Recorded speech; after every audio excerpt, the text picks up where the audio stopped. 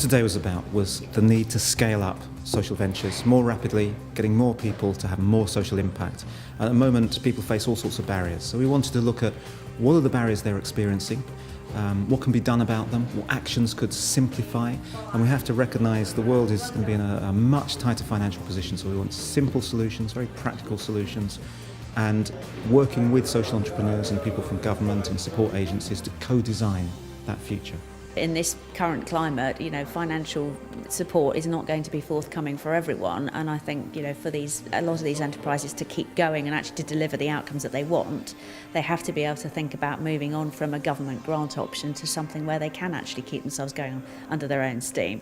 So this all starts from your thoughts, your experiences of what trying to scale up a social venture feels like, what gets in the way, what helps you get over those impediments, what would lead to more people being able to do more social good more quickly. It's a tough thing to do in a recession, to look to grow an organisation, but I think we have to do it. We have to get more organisations doing that in the social enterprise community if we're really going to make a difference to the wider world on a bigger level. I think contacts and having people on board who can open doors and things is very, very important, and it's not just the money. People are looking for a lot more than that. If I put a gun to your head and I could offer you 50 grand cash, a director level person of your choice, so sales, marketing, finance, whatever you wanted of your choice free for a year. I could offer you any piece of government legislation within reason that we could introduce you to the right person to get it changed, or we could introduce you to the 3 people who could significantly change your business. So in your world, whether it's a retail or something else like that. If I put a gun to your head, which would you choose? Well, I guess the biggest barrier to kind of scaling up has been knowing who to talk to and when, and then getting to that person. So, it's literally been, okay, it'd be great to get, say, I don't know, J.K. Rowling as a patron for our Books for Free initiative, but how do we get to it? I have no idea. The 2 barriers that we faced was maintaining the quality and, building up new partnerships.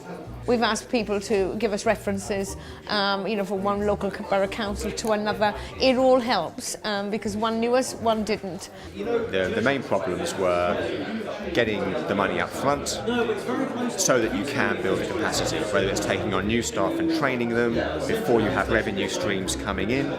It's getting the property in shape, maybe redeveloping it before you have revenue streams coming in.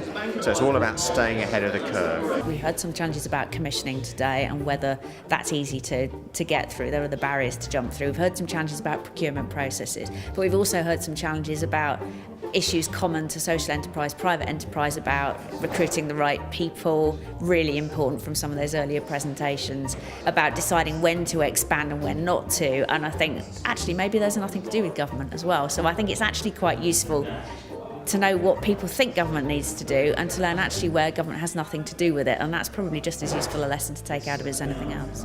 I think you need to be sustainable to start with and then scale up and you need to work that model until you get it right before you start trying to become a national institution. But the exchange of information has been fantastic. I've learned a huge amount, looking forward to coming back for the next one.